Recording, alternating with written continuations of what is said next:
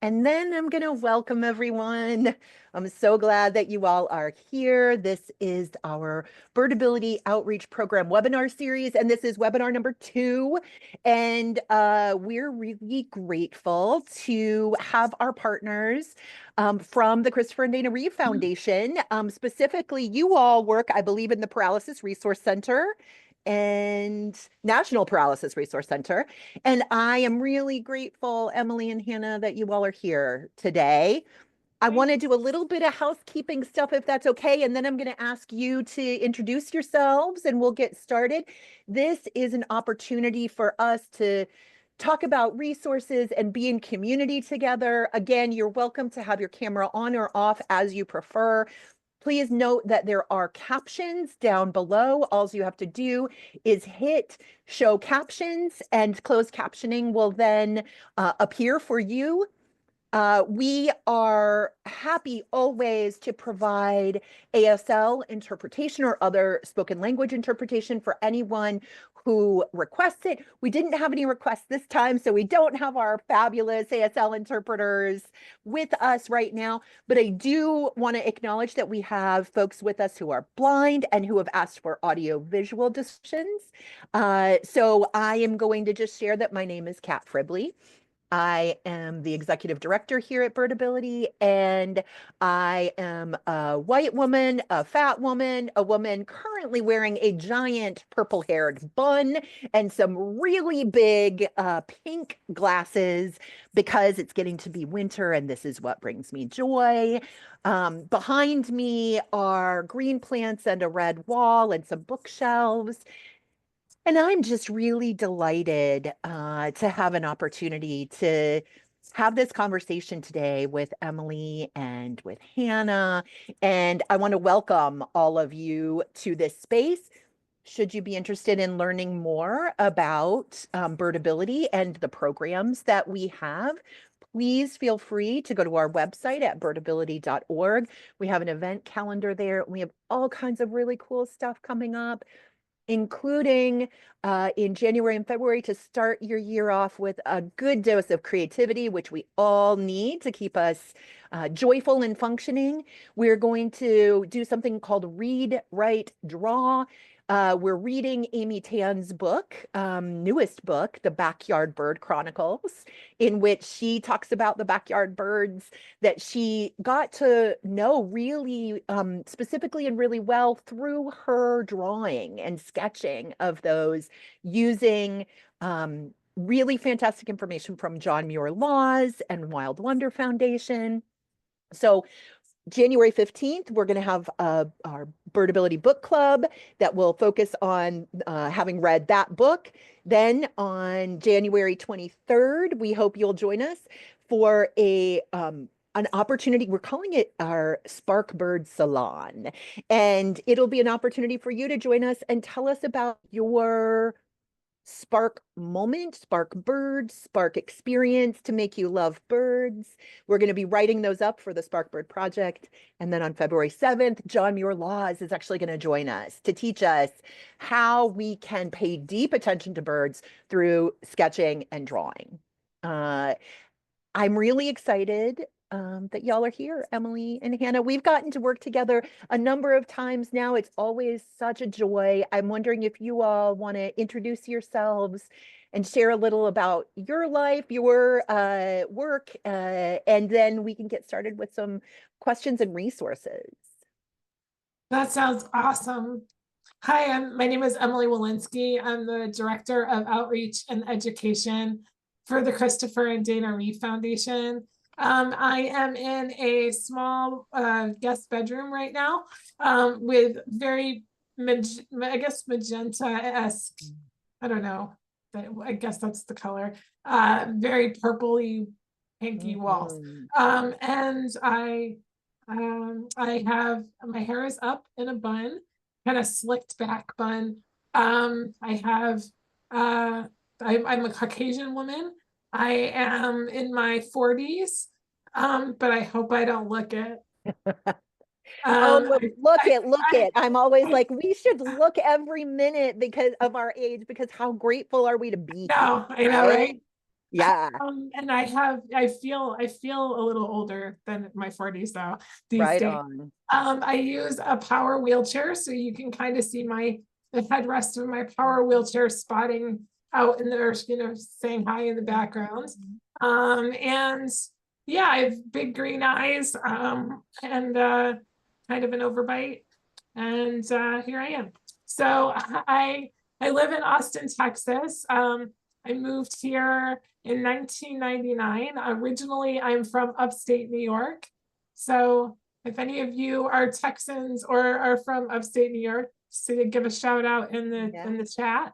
I've worked my entire life pretty much in nonprofit or educational settings. I was a high school teacher for 7 years. I taught ESL and different electives. Then I moved on into nonprofit kind of administration and the back end of that world. But it's always been centered in disability and disability advocacy. And this position with the Reeve Foundation, excuse me, my voice is scratchy. I might have to take a break. You bet. But anyway, this position I've been in for 2 years, and it's been wonderful. It's been great, and I get the privilege of working with the next guest on this webinar today, Hannah Sawyer, who works with us as our content specialist. And Hannah, I guess I'll let you go next. Thank you. Yeah, so I'm Hannah Sawyer. I'm a white woman. I have 2 long brown braids on either side of my head. I'm wearing a sort of teal green cable knit sweater, and rainbow earrings. And behind me, there's a white tapestry with a gold mandala on it, and I'm in my bedroom. I'm also a wheelchair user. You can see my wheelchair a bit behind me. Yeah, and I've been at the Reeve Foundation for probably about 1.5 years now. I'm also a writer, and a lot of my work is centered around how my body and other atypical bodies move throughout the world and interact with life around us. And I'm also just very passionate about the outdoors, because it's been an incredibly healing and important part of my life. Yeah, and I'm excited to be here today. I was so grateful, Hannah and Emily, to get to work with you all during Birdability Week on the mental health benefits of birding panel, and just the ways that we all got to sort of share our stories of how nature has been this really healing place for us, especially as folks with disabilities. And so I am building on that this time together.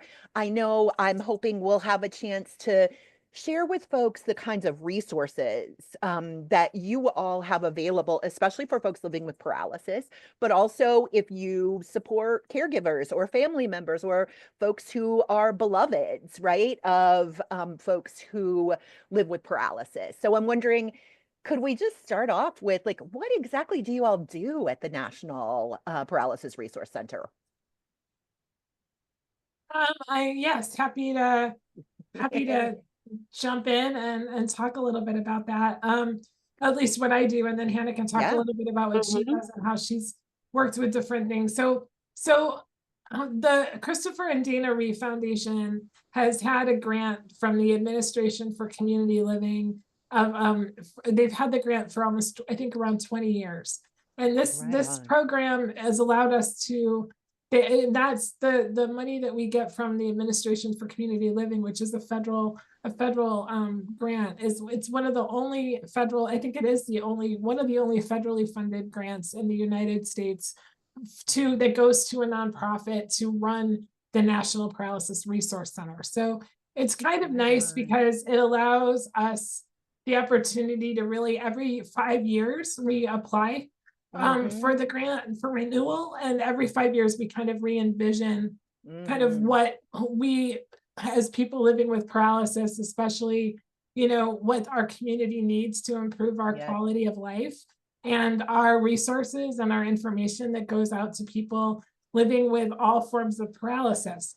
So the Christopher and Dana Reeve Foundation primarily works on, it has a couple of different pieces to their puzzle. They really want to focus on care, and they really want to focus on cure, and not in the sense of like magic cure, Yeah. but more about like solving medical issues that occur for people living with paralysis, like bladder spasms and pain, and and controlling neuropathy and things like that. So it's really more of a treatment would be really what they're doing. It's really, treatments or just resolving physical quality of life issues. that impact our quality of life. So it's not, we're not looking for magic, we're looking for practical things that impact people living with paralysis all over this country. And so paralysis also is very broadly defined, and the money that we receive isn't just for people living with spinal cord injury, although that is very important to our mission, and that was what how Christopher Reeve became paralyzed. There's many different ways a person can become paralyzed. Paralysis is a end result of something. So for me, my paralysis is neurological. I have a neurological disability called spinal muscular atrophy, and it's a rare disease. It's classified as a rare disease, and it impacts me. It impacted me from a very early age. But over time, and it's progressive. So over time, I've experienced more paralysis. So, when I was younger, I had a lot more mobility in all my limbs, but then over time, I lost muscle strength, and that required me to end up having, to get more complex medical equipment and things like that. And so, that is my paralysis is a result of that. Same thing with like a stroke is the #1 form of paralysis in this country.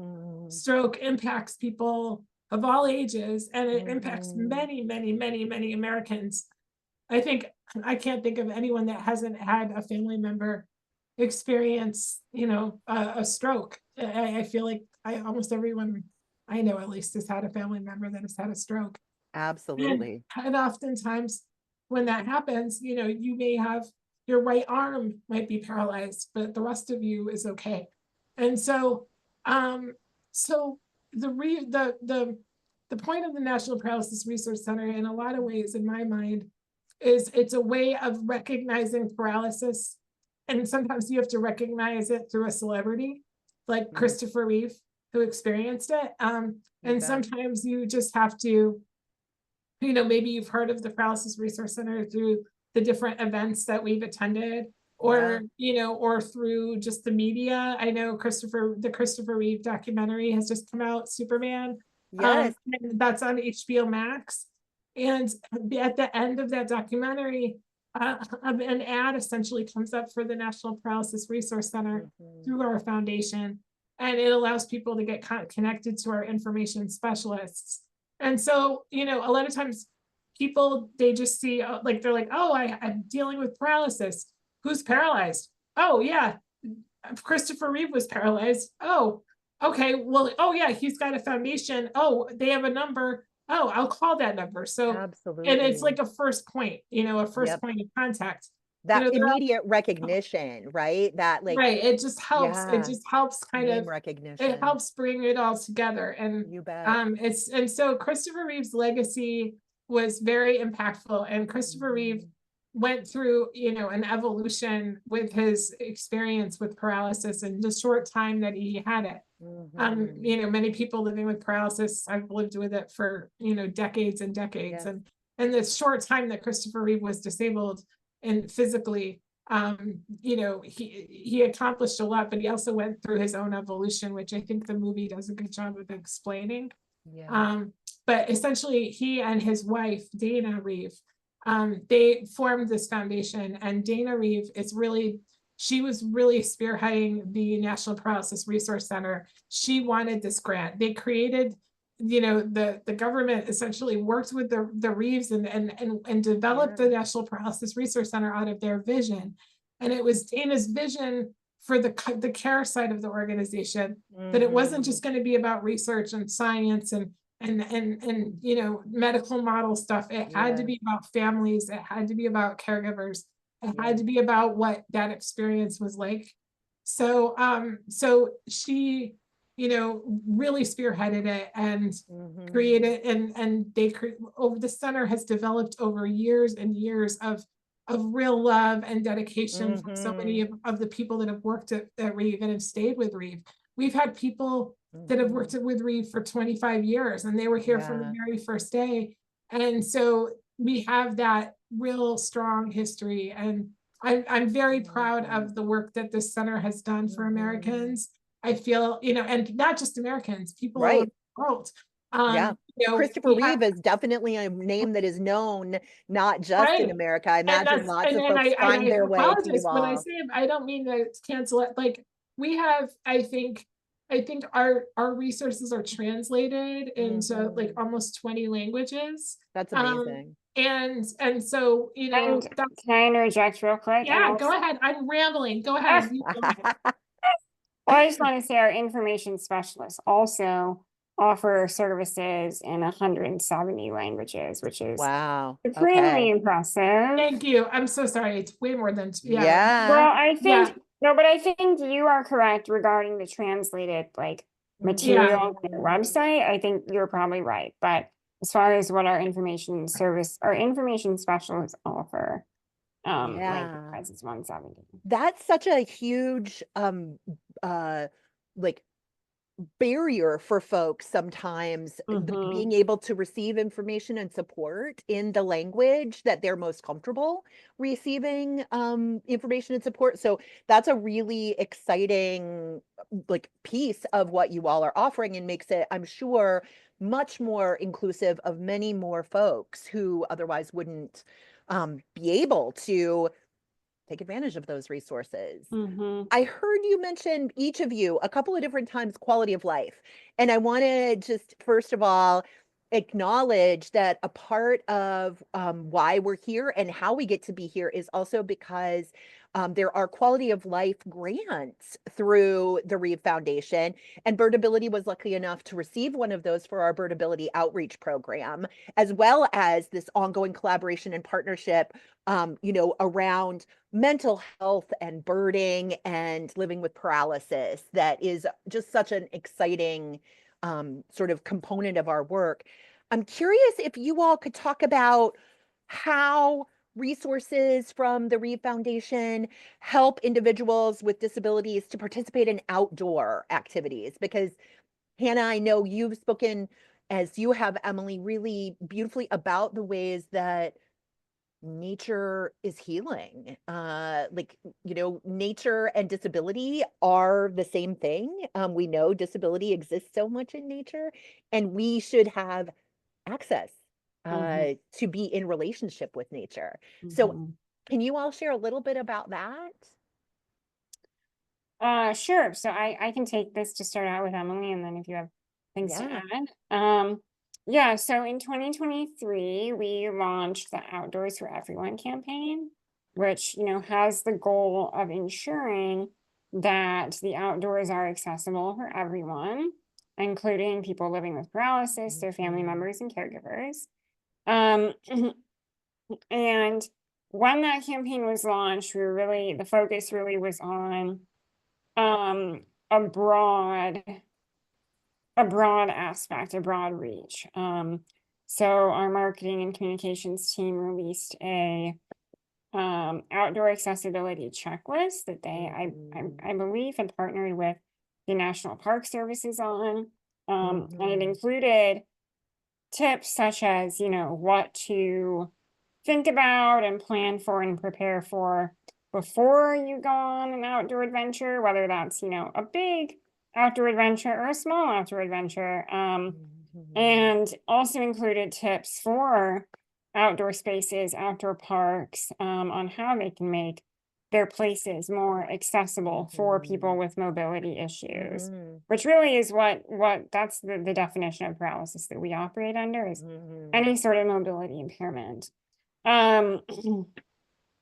So then this past summer, 2024, we launched the second iteration of the campaign, which was specific to water accessibility and working to ensure that people living with paralysis, so family members and caregivers, are able to access various outdoor water activities.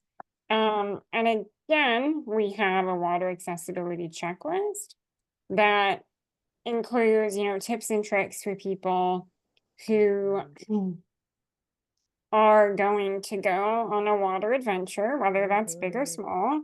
And then we also have tips and tricks and ideas for individuals, perhaps who are stewarding the land wherever the water is, or in charge of, the canoe trip or what have you. Right. Beyond that, though, we also have various educational booklets. Actually, let me rephrase that. We have many educational booklets available online for free that we can also mail to you free of charge. And one of those booklets is, I'm not going to remember the exact title. I believe it's Adaptive Sports and Recreation. Yes. And we're very lucky to have Birdability featured in that booklet. So when I think of the NPRC, honestly, I think a lot of how we connect dots for people. There's a lot of sharing of resources and making sure that information and resources that are already existing are getting to the people who need them most. So yeah, I would say, there's a lot of different resources on our website regarding outdoor accessibility. And then there's also, many people that we've worked with throughout this campaign who are working in this realm as well. When you were saying many booklets, that is no lie. I recently tabled, I've seen them. I recently tabled, luckily Hannah and I happen to live in the same state. And so we got to actually meet not that long ago at a fantastic event at which both the Birdability and the Christopher and Dana Reeve Foundation had a table. There are so many cool resources that you all have, really, that range across such an incredible breadth of topics.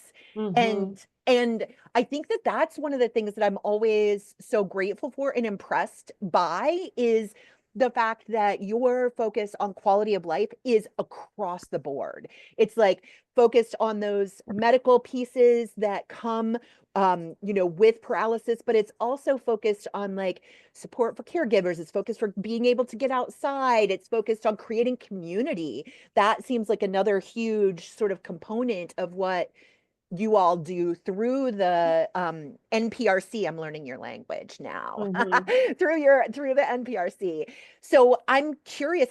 I love the adaptive sports and recreation booklet because it really focuses on so many different ways that folks can access nature. And I also just want to give a shout out. I was just this morning doing a presentation for the Southeast Regional State Park Interpretation Rangers. Oh, wow. Was a really cool thing to get to do. And the park that we was hosting that is a park that actually just put in an accessible kayak and canoe launch, in part, I believe, because of some of that focus on access to water for folks living with paralysis. So I love it when I can make all these sort of, as you said, those dots connect, or those things, sort of meet and come together. What role do you all think advocacy plays in creating more inclusive outdoor spaces? Well, go ahead, Emily. Actually, I'll let you go, Hannah, and I'll Okay, talk. sure.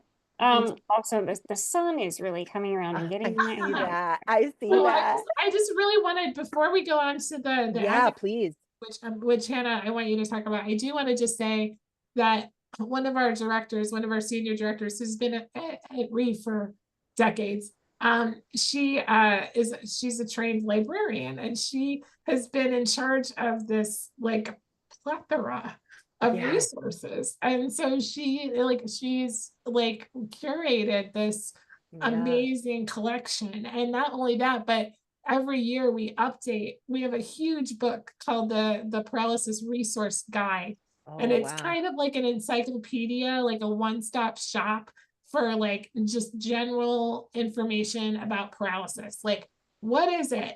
Where can you go? What can you do? Like, and it's just really hefty guide. And I mean, you can order them and get them sent to your house, but we have them in translated, and we have them on USB drives, and we have a website that you can access it at. But whatever the case is, like, that was curated by Sheila and the team that she Fantastic. worked with over the years. And then we have our information specialist team that has worked very closely with Yeah. Sheila to learn all of these resources and to become trained on how to deal with calls that come in and questions. Yes. And so a lot of that, because of those things, we may not, a lot of times we're kind of a general overview. If you want to look at it, we're not going to go Yeah. super deep, Yep. but we have connections to organizations that can go super deep. Yes. And Yes. not only that, like we provide tools to nonprofits, like whether it be equipment that we're paying for or whatever the case, but we provide them assistance through our quality of life grants program Yes. to enhance their programming and to make what they offer even more. So the depth of where we go is not exactly through us, it's through our history and our connections that we've made over the years. And we've crossed many different paths. Yeah. And so, we have a peer and family support program that has mentorship.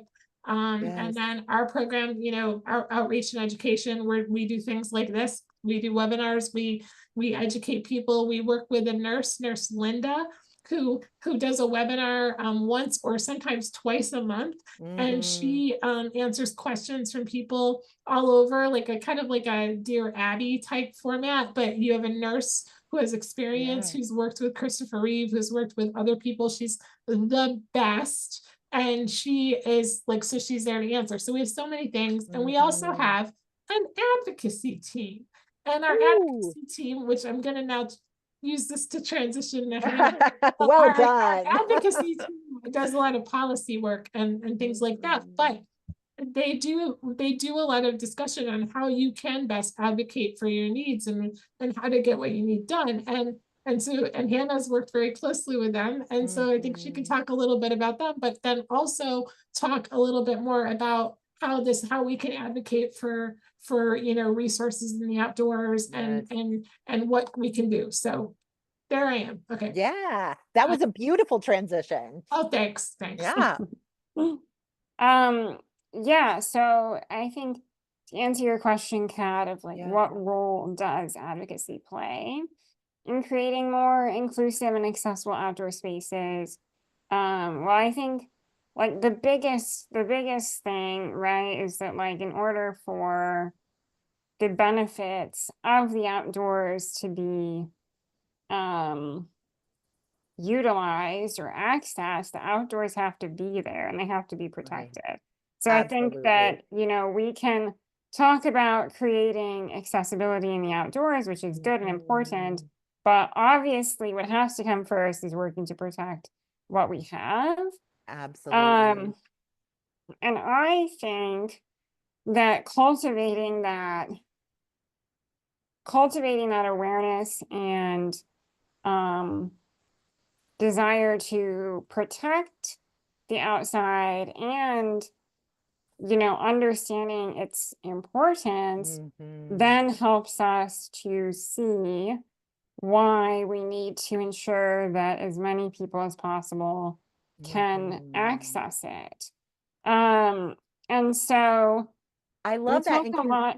Can I also just share one thing? I love that. And I think it's circular, isn't it, too? Because as I think about it, as you were talking about it, it made me think about the ways that conservation happens when we love something, when we feel connected to it, when we have access to it. So it's that like beautiful circle of people need access to feel connected to it. And we need the conservation to be happening in order for it to be there for us to able to have access to. Yeah, and I mean, I think, if we're looking at historically marginalized communities, especially communities of people with disabilities, oftentimes there's a lot of isolation that occurs. There's a lot of keeping disabled people separate. You know, obviously we know that cities, there's much less access to green spaces. Yep. Some individuals, you know, might not even, you know, be able to go outside. They might not have the support that they need in order to go outside. And so I think creating a more inclusive outdoor spaces involves how we talk about and approach and think about the outdoors. And then I think it involves, you know, if the outdoors is something that is really important to us, that involves sharing our personal story of why that is, how we've been able to access it, Yeah. and yeah, Emily, you had this great third bullet point on this that I think you should be the one to talk about, not me, because you wrote it. Okay.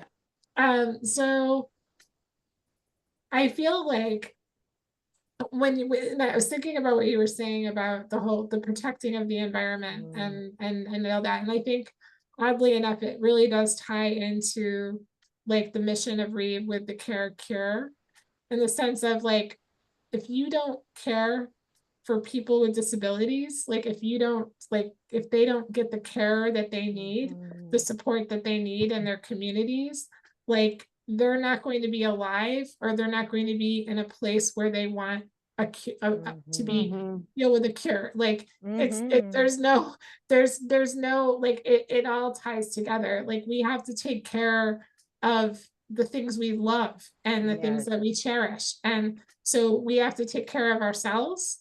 We have to take care of the world around us, the society, and nature. And we can't forget about that, because if we don't care first, like nothing else matters. And so like I think that nurturing is really, really important. And you know, in my advocacy work, it's funny, I have a friend who, you know, Kat. And this friend of mine is a big birder. Yes, he is. Birds, 24/7, he's birding. Okay. And we became friends, and I love birds. Like I've always, you know, they always have those jokes about people that just like love birds, but I do. I love everything with birds. And so you know, but I'm not hardcore. I'm not like my friend. And so my friend lives in Austin, and he's a Birdability captain. Yep. I really don't want to give too much away, but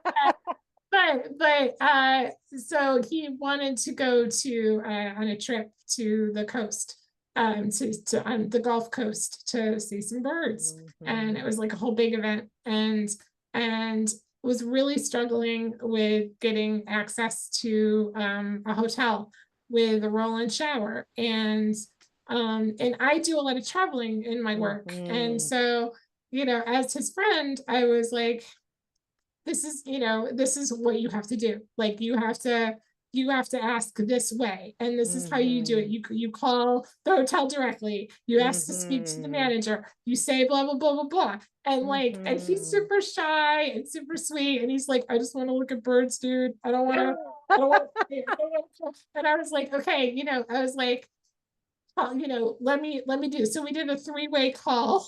Yes, advocacy at its best. I'm gonna model this for you, and I'm like, I'm gonna go through, and I'm gonna like go through my lists of demand, like, and I wasn't mean, but I was like incredibly tough, but I like did it, and like I showed like him the way, you know, and it was really cool, because like afterwards, like he called me back, and he's like, well, I got a hotel room here now, and like, and I was like, that is awesome. Like, like I just think that like when we need to, you know, advocate for ourselves, it's really important to recognize that like not everyone is like born to fight, you know. Like I have friends who can't even order pizza, you know. Right. So it's like, we've got to acknowledge that there's just some people out there that are like a certain, and we have to model and we have to show people how to advocate. And we have to give people the resources to where they can learn. And one of the coolest things is like, Reeve may not be, like I said, like, we may not take a seed from sprout to harvest, but what we do is we plant seeds, and like, and Yes. so, if somebody calls, we say, okay, and they say, I want to go on a birding adventure. I'm like, we know just the people to send you to, Yes. and so, and then we can send you, them to you. Like when somebody calls and they say, well, I'm really upset because I can't get a hotel with any accessible restrooms, or I can't go to the doctor and get an exam Right. table. And I want to advocate. I want to find out, how do I do this? How do I go higher? I'm like, well, we have an advocacy part of our organization, and we have trained people on the Hill that can show you how Yes. to go to a politician and ask Yes. for the things that you need. So it's like, it's really neat because we plant seeds all day long, every day. Yes. And some of them grow and flourish and some of them don't, but like, we Yep. do everything we can to like help people get their seed planted. It makes me just think so much, Emily, as you were talking about that, about the both and of it, because there is like, this is one of my favorite concepts. Anytime, I'm thinking about something, I'm like, what is the both and in this? And the both and for me in this one is, we both have to learn, hopefully, how to advocate for ourselves and what the changes are that we need. And many of us are also advocating at a systemic level for those things to be existent before we have to advocate for them individually, right? Like, I feel like there's this beautiful both and around advocacy, which is, again, like, my work today with the park, talking about what accessible can mean across a huge variety of access needs, is a way of doing that systemic advocacy, so that then when somebody individually is going to that park, they can either advocate for the additional thing that they need, or hopefully maybe it's just there now, right? Like, that they don't have to advocate for it. So it makes me think about all those seeds you all are planting, both in terms of individual advocacy and also, I know, systemic advocacy. You all are everywhere as well within that. We definitely are trying. Yeah. Friends, Yeah, oh, go, Hannah. well, I just had a quick thought, when Yeah. you were saying that, Kat and Emily, when you were talking, sometimes I think, well, let me back up. The disability community, and I in particularly am steeped in this because I'm a writer and went to school for journalism and English and then creative writing masters.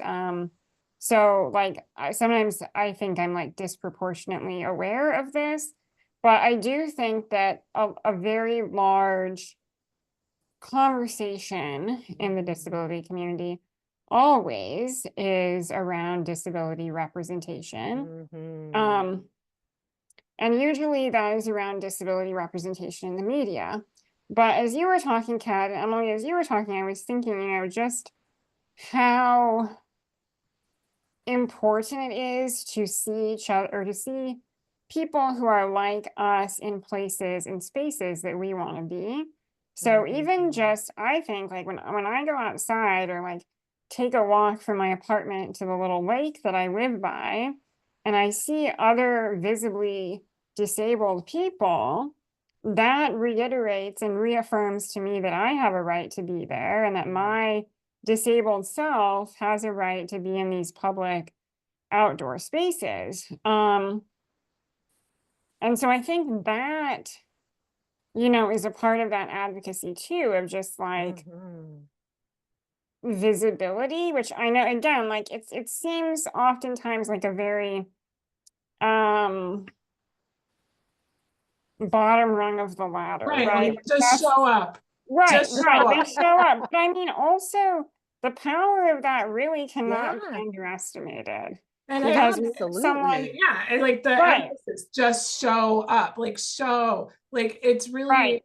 like the, you know, like I had a friend, I left my position to come to Reeve and I was going fully remote and I was leaving a college setting where I was one of the only advisors at the college that had a disability. And I was talking to a friend of mine and she said, you know, I'm thrilled that you're doing this. I'm thrilled that you're, you know, moving on and you're, you know, you're going behind the scenes to create some great programs for people with disabilities. But she said, but I'm also really sad because people aren't going to see you anymore.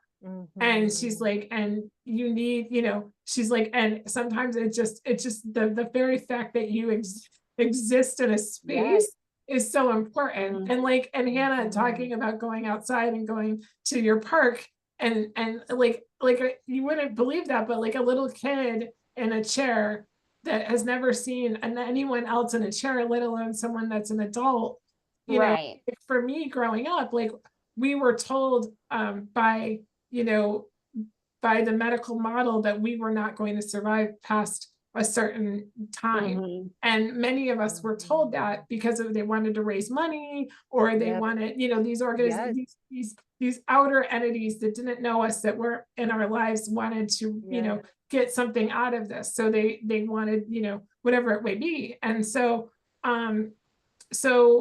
you know, we got to thinking like, this is it. Like, we don't have any examples of this. And then I remember I saw a woman with my disability in the 80s that had a baby. And I was like, wait, not only is she alive, she's made other lives. Like I was like, whoa. And it was like this like real, you know, it was like really cool. And so I just remember like the visibility of that, like what a powerful thing she did. And all she did was just show, you know, go to a space with a baby. And like that was it. But man, that told me so much. It told me I could have sex. It told me I could birth. It told me I would live. I mean, these are really big wake ups, you know? And so it's all about that. And so the more time you can access a space, if it's like, be proud that you're in that space, like be thrilled. You know, I thank the people that are there like running the space. I say, thank you so much for setting this trail up, for, you know, putting this pavement and for setting up a parking spot for me, making sure it's a van accessible parking spot that's actually van accessible. Like, you know, thank you so much for doing these things because like it really, really matters. Yes, absolutely. Mhm. You know, as you all were talking, it made me think about, you know, the thing that just I so regularly hold, which is that our existence in and of itself is revolutionary. Like, and the more that we find ourselves in those sorts of spaces, you know, again, doing things that we do because we're part of nature. We're in nature. We're having babies. We're having sex. We're getting to be sexual beings, like as folks with disabilities. All of that is in and of itself revolutionary and not at all revolutionary, right? Both and again, like it is natural and also that representation is revolutionary. I also just wanted to briefly add again, I'm thinking as both of you are talking, and what a like, first of all, just what a marvelous conversation this is. I'm so happy to be a part of it. And it feels so like intimate and friendly with just these many people and we can all see each other. I love it. No, but you know, I was just gonna add too, like, I think oftentimes when we think about outdoor accessibility, let me rephrase that. I think that we think of outdoor accessibility in very narrow terms. And oftentimes it is seen as these elite, say, mountain sports that suddenly people with no muscle strength in their legs can partake in, but they have, you know, very strong upper body strength. And we think, okay, that's outdoor accessibility. But it's much, much, much more than that. And I think that those sorts of spaces, they're not just not inclusive of people with disabilities, you know, there's so many other intersecting factors that are keeping various marginalized communities out of those spaces. Absolutely. I mean, for one, to do something like that, you have to have the money to travel and to have the equipment and to do all of that. So yeah, I think again, like to me, a lot of the work of working towards outdoor accessibility has to start with how we think about outdoor Yes. accessibility and how we approach outdoor accessibility. And from there, then we can start to do some of the more, whatever you want to call it, nitty gritty Yeah. work, I Yeah, guess. yeah. I think that's one of the things that I really love about I Birdability. love it too. Yeah, It's because cheap and it's it's easy. amazing. It's like, how hard is it to go exactly. to a bird? And I Yep. mean, it can be Birds are everywhere, They're absolutely everywhere. There are urban birds, there are, birds that are more rural, like wherever you are, and that can be in your house, in your home, Mhm. observing nature in some way, right? Like there are so many opportunities, I think, for birding. And I have to tell you, I am planning to drag Hannah into birding like you would not believe. And just Yay! like I know our captain is dragging you, Emily, right along into Maybe you birding. can get me up early. You guys, you're way too early. You guys, I don't know. Get some night vision binoculars. Right. Me out of bed. Sunset does Like, work too. Yeah, dusk. Yes, I'll take absolutely. dusk. Dusk I need more works. dusk walks. Yes, Wheels or whatever. Like, absolutely. I because- love that. yeah, it's true. It's Lunchtime feeder it's watch. I don't know if it's the Austin crowd or whatever. It is. But they're like 5:30 wake ups. Yeah, that's absolutely not me. I am my dragging Hannah will not be 5:30 a.m. Oh, wake up yes. calls. But honestly, even just in the space that we shared where we were tabling, instantly we were able to, I was like, look at that. It's a kettle of hawks going over. It's broad-winged hawks. And look at, like, we've already seen 3 kinds of woodpeckers right here on, on this campus where we're tabling together. So there are ways, that we can feel and be connected to nature that aren't about that, cultural belief around like rugged athleticism and mountain climbing and like really connection to nature happens in so many beautiful, soft ways. And we are ourselves part of nature too. That's one of those things, like it's not a false dichotomy in my head of like, oh, there's either we access nature or we don't. It's more about we're paying attention to the nature that is around us, hopefully. Yeah. And birds are great, they're just great symbols. They're great storytellers. As far as like, I mean, I was during the pandemic, I had a soap opera going on with a family of birds that were hanging out in my neighborhood. I envisioned them like looking for real estate, like they were coming, checking out property in my neighborhood.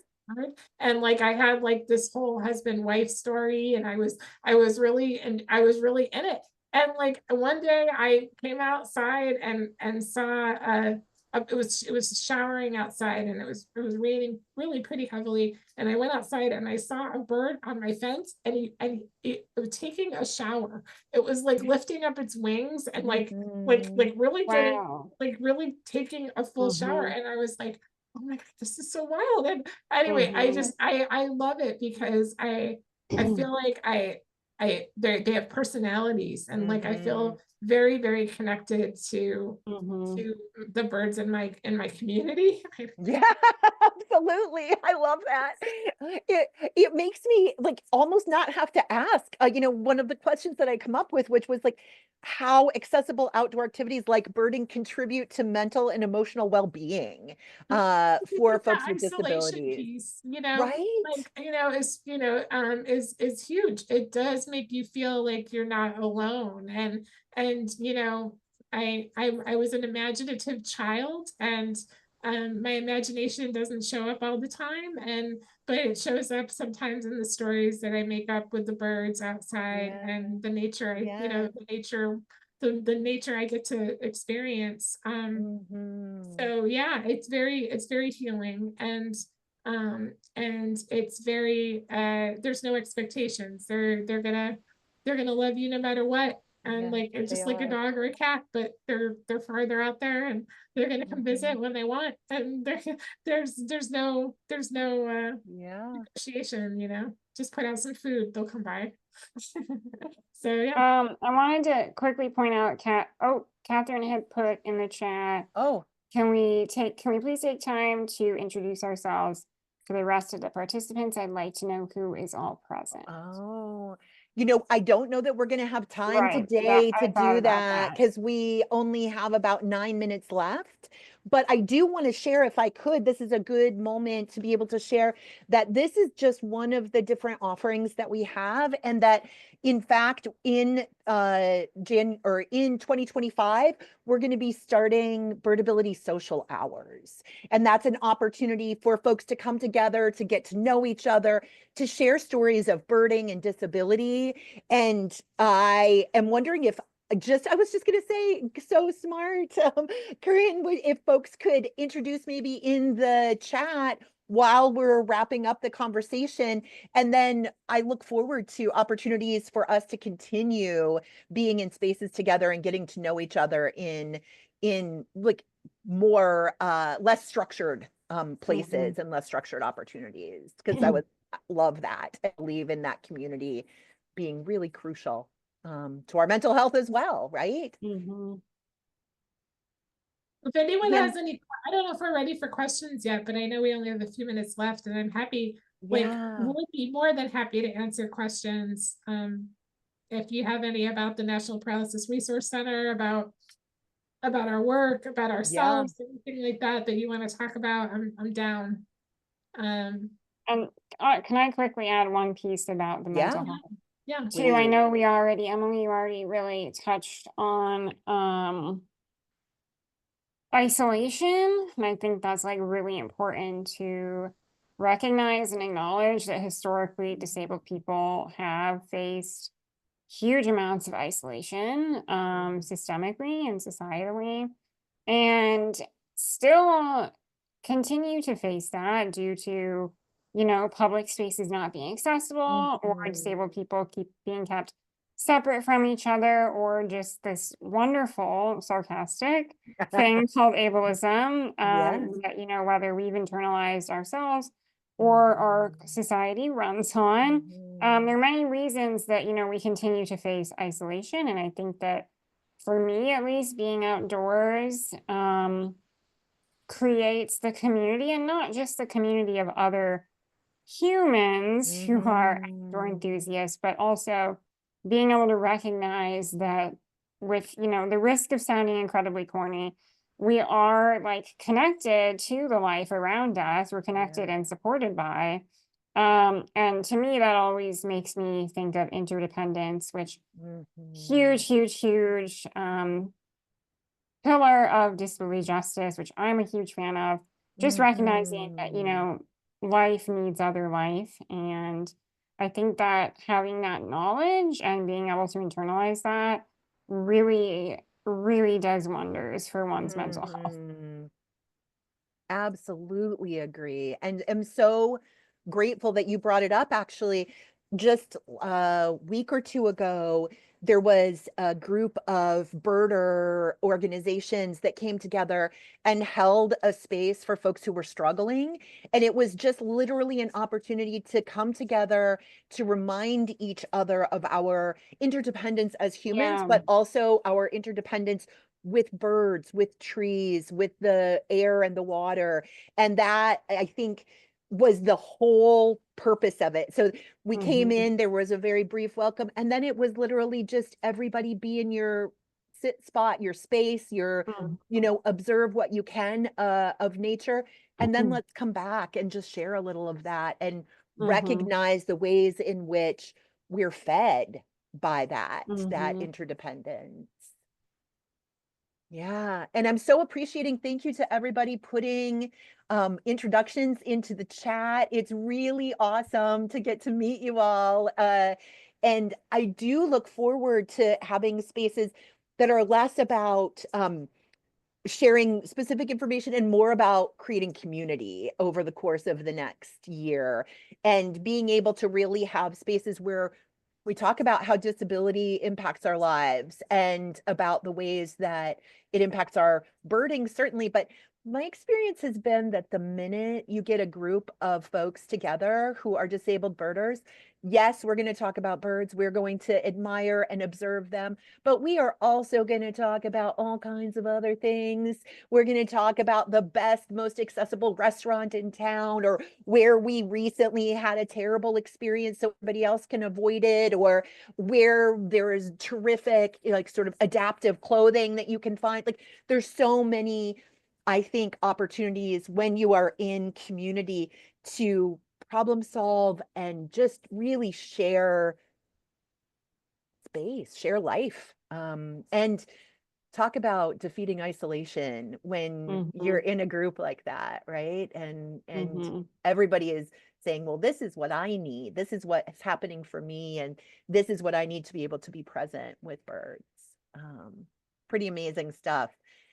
Emily and Hannah, I'm so grateful for you all being here with us today. I am just so lucky to get to host you all in this space, in other spaces, and I look forward to many more to come, because I think that the collaborations like this one with Birdability and the Christopher and Dana Reeve Foundation and the NPRC are vital to creating new opportunities for community, because the folks who know you get to meet us, the folks who know us get to meet you, and suddenly our network has broadened.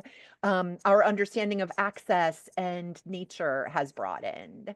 I'm curious if y'all have any sort of closing thoughts that you want to share with the group.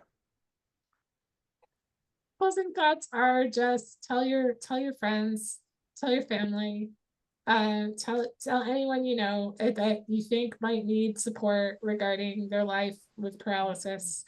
If you think that, and you're like, oh, she said stroke was the #1 form of paralysis, and I know so-and-so's mom, and they had a stroke. Let them know about the Reeve Foundation. Let them know that we have a 1-800 number that someone can call to get support. Let them know that we have a peer and family support program that provides mentors and gives mentorship to people that need that. Let them know that we're going to be at different abilities expos around the country and different events. If we can, we're there. If there's an event that you've heard of that you think, man, I bet the Reeve Foundation would totally dig being here, and there's going to be like 300 people with paralysis at this thing, and like I should reach out to Emily and let her know. Like, let me know. Yes. Just things like that. Just don't help us be a branch, help us reach out to other organizations and get connected. If you know of a nonprofit and they need some accessible birding equipment, or they need to make their accessible space more accessible, want to apply for a quality of life grant to do that. Yes, We have direct effect grants, and so let's get some accessible binoculars into the hands of birders. Let's help them take photos. Let's help them see the backyard birds from their house. Let's do whatever we can. And so if you know of that, get that, connect to us. Don't be afraid. We're here and we'll do our best. And am I remembering correctly, is there a quality of life grant that's open right now? I think it closes soon, or no, it already closed. It already closed right now. Next time though, friends. We do it twice a year. So we open, I think, the grants in January, and then I think again in July, I want to say. So and then we have little webinars and things that'll help. But if you have I am not part of the quality of life grant program, thank God. 'cause it is a lot of work. They have a whole team over there that really like they're really in charge of it. And because it's tied to federal funds, there's a lot of Yes. strict It's a guidelines different that are kind of way situation. no Yeah. fun, way not something. But Yes. worst cases, like you know, if you know somebody with a 501c3 nonprofit status, Mhm. and you know they want to apply for a grant. I mean, Birdability's done it. Yes. They've I'm done it. happy to also share more Yeah, information about that's, it. Please you know, reach if out. you want to get some guidance, like I'm sure Yeah. Birdability can assist you. Yeah. We can answer some general questions. Of course, we can't like we're not allowed to like, you know, give you all. Right. Right. We can't give everything that we can away because of the federal funds, but we'll do everything Yeah. we can to support. And we have Yeah. grants. And if you are rural, if you are serving multiply marginalized communities of people living with paralysis, like please Yes. do apply for a grant because you know we want to get into spaces that typically people can't access. So this is great. Kate, I saw your comment in the chat and I'm like, yes, absolutely. If you are working with parks that could use adaptive equipment and all of those kinds of things, this could be a terrific opportunity. I'm happy to share more. You can also find out more, I know, on the website for the Reeve Foundation if you Google quality of life. Yeah, reeve.org. Yes. Is there. And Yes. if you look under care, you'll see pretty much all the NPRC resources, right, Hannah? Is that I'm gonna like Yeah, that I can just drop it in the link, but Thank you. it's under care. Actually, it might be under community, and then